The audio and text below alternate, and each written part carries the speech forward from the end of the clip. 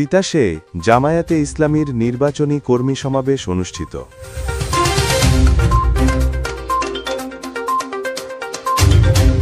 ত্রয়োদশ জাতীয় সংসদ নির্বাচনে উপলক্ষে বাংলাদেশ জামাতে ইসলামী কুমিল্লার তিতাসের মুজিদপুর ইউনিয়নের ৭ নং ওয়ার্ডে নির্বাচনী কর্মী সমাবেশ অনুষ্ঠিত হয়েছে। ২৫ অক্টোবর শনিবার বেলা ৩টায় উপজেলার শাহপুর শান্তির বাজারে মুজিদপুর ইউনিয়নের ৭ নং ওয়ার্ড সভাপতি মাস্টার শাহিনুর ইসলাম মুন্সির সভাপতিত্বে নির্বাচনী কর্মী সমাবেশে প্রধান অতিথি হিসেবে বক্তব্য রাখেন বাংলাদেশ জামাতে ইসলামীর কেন্দ্রীয় মাজলিসের সুনা সদস্য ও কুমিল্লা উত্তর জেলার নায়েবে আমির অধ্যাপক আলমগীর সরকার।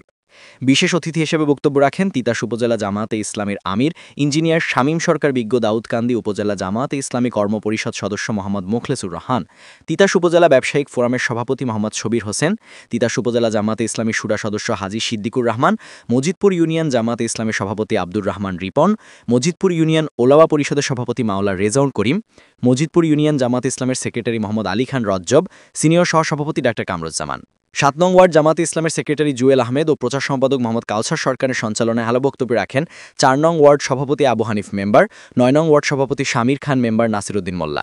এ সময় উপস্থিত ছিলেন ৭ নং ওয়ার্ড জামাতে ইসলামের কর্মী সমর্থকগণ।